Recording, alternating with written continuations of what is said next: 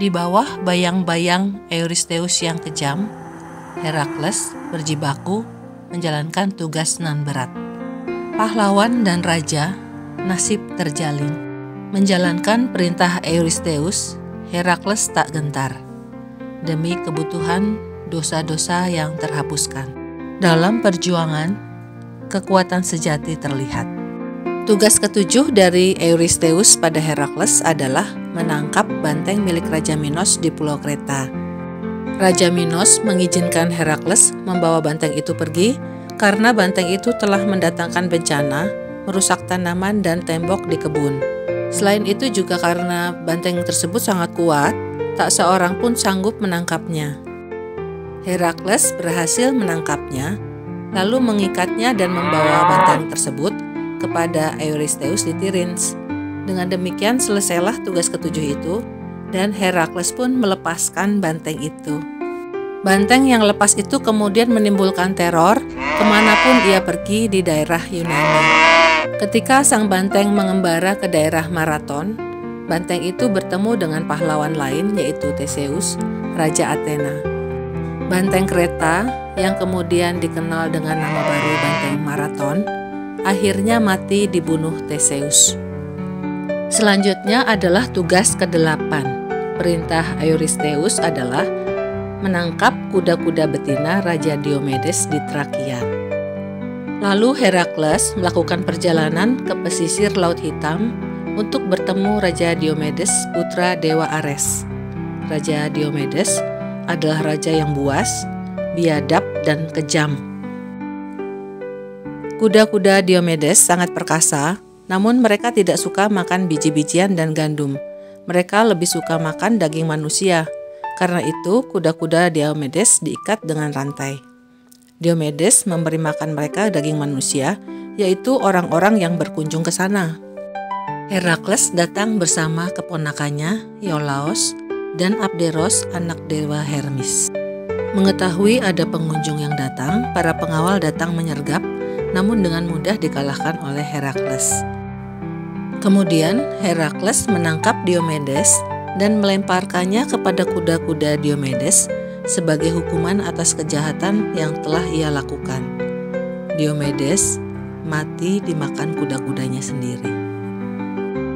Tentara-tentara Diomedes bermaksud membalas kematian Diomedes pada Herakles. Herakles meminta Abderos menjaga kuda-kuda itu. Lalu bersama Iolaos, Herakles bertempur melawan tentara Diomedes. Tentara Diomedes bisa dikalahkan, namun hal yang menyedihkan terjadi. Abderos, putra Hermes, mati dimakan kuda-kuda Diomedes.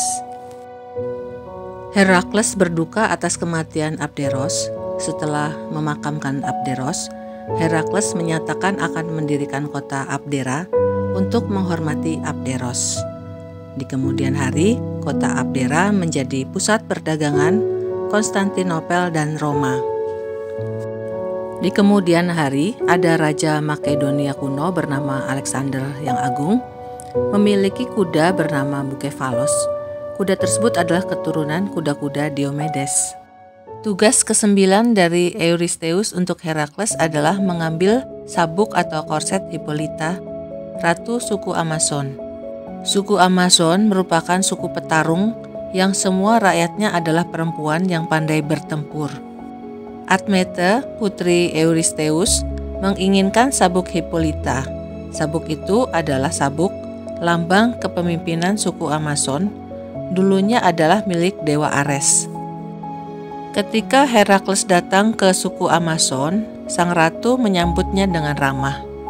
Namun Hera menyebar rumor di antara para prajurit mengatakan bahwa Herakles hendak menculik ratu mereka.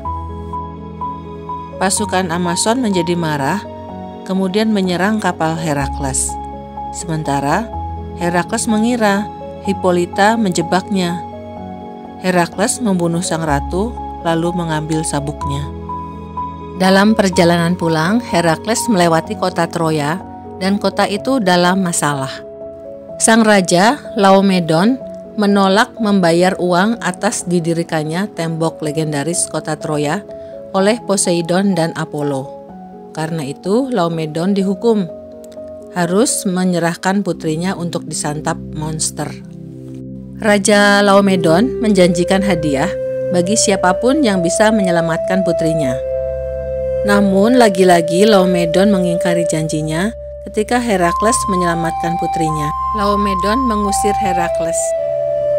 Herakles mengatakan dia akan kembali untuk menagih janji Laomedon setelah menyerahkan sabuk atau korset Hippolyta pada Eurystheus. Eurystheus ingin Herakles pergi jauh dari dirinya, maka untuk tugas yang ke-10, Herakles disuruh menangkap ternak-ternak milik Geryon yang lokasinya sangat jauh, yaitu di Pulau Erythia, sebuah pulau di dekat perbatasan Eropa dan Libya. Geryon adalah monster berkepala 3 dengan 3 pasang kaki, merupakan keturunan atau cucu Medusa dan Poseidon. Dalam perjalanan jauh menuju Erythia, Herakles banyak membunuh binatang buas. Untuk memperingati perjalanan panjangnya, Herakles membelah sebuah gunung menjadi 2, menjadi gerbang yang dikenal dengan istilah Pilar Hercules atau Pilar Herakles. Selat yang dibuat Herakles ketika membelah gunung, sekarang kita kenal dengan nama Selat Gibraltar, merupakan pintu gerbang dari Laut Mediterania ke Samudra Atlantik. Pada suatu hari ketika Herakles dalam pelayaran, ia merasa muak dengan panasnya matahari. Herakles menembakkan anak panahnya ke arah matahari. Alih-alih marah, Helios malah memberinya hadiah mangkuk emas untuk digunakan mengarungi lautan agar lebih nyaman. Pemberian tersebut sebagai hadiah akan keberanian Herakles. Berlayar dengan mangkuk Helios, sampailah Herakles di Pulau Erythia. Herakles berhasil mengatasi Geryon dan Ortus dengan cukup mudah. Yang sulit adalah membawa ternak-ternak itu ke Yunani. 2 putra Poseidon berusaha mencuri ternak itu dan dibunuh Herakles. Sementara di suatu tempat, ada ternak yang lepas dan melompat ke laut. Sapi itu berenang ke Sisilia, lalu menyeberang ke suatu tempat yang sekarang kita kenal dengan nama Italia. Sapi yang kabur itu masuk ke dalam kawanan ternak Eryx, seorang penguasa. Eryx mau mengembalikan ternak itu asal Herakles bisa mengalahkannya dalam bergulat. Herakles mengalahkan Eryx dan mengambil sapinya. Ketika Herakles dan kawanan ternak sampai di tepi laut Ionia, lagi-lagi Dewi Hera menyusahkannya dengan mengirim seekor lalat untuk mengganggu ternak itu sehingga ternak-ternak berhamburan kemana-mana dan Herakles dengan susah payah mengumpulkannya. Pada akhirnya Herakles mampu menyelesaikan tugas ke-10. Dengan selesainya 10 tugas Herakles selama 8 tahun, seharusnya lengkaplah tugas-tugas itu. Namun karena Eurystheus tidak mengakui tugas membunuh Hydra dan membersihkan kandang kuda Augeas, maka Eurystheus memberi 2 tugas tambahan. 2 tugas tambahan itu adalah mengambil apel Hesperides dan menangkap Kerberos. Apel Hesperides adalah apel emas yang berada di Taman Hesperides. Pohon apel itu ditanam Dewi Gaia sebagai hadiah pernikahan Hera dengan Zeus. Para Hesperides, yaitu para nimfa putri Titan Atlas, diberi tugas untuk menjaga dan merawat pohon apel itu. Namun karena kadang-kadang para Hesperides memetik untuk dirinya sendiri, Hera menempatkan Ladon, yaitu naga berkepala 100 yang tidak pernah tidur, untuk menjaga taman itu. Herakles harus melakukan perjalanan jauh kembali ke arah barat, melalui Mesir, Libya, dan Arabia. Dalam perjalanan jauh itu, Herakles bertemu dengan beberapa peristiwa. Salah satunya adalah Herakles bertemu dengan Prometheus yang dihukum Zeus karena mencuri api untuk manusia. Prometheus diikat dengan rantai di sebuah tebing yang tiap hari selama 30 tahun, hati Prometheus dipatuk oleh elang raksasa. Hati itu tumbuh setiap hari.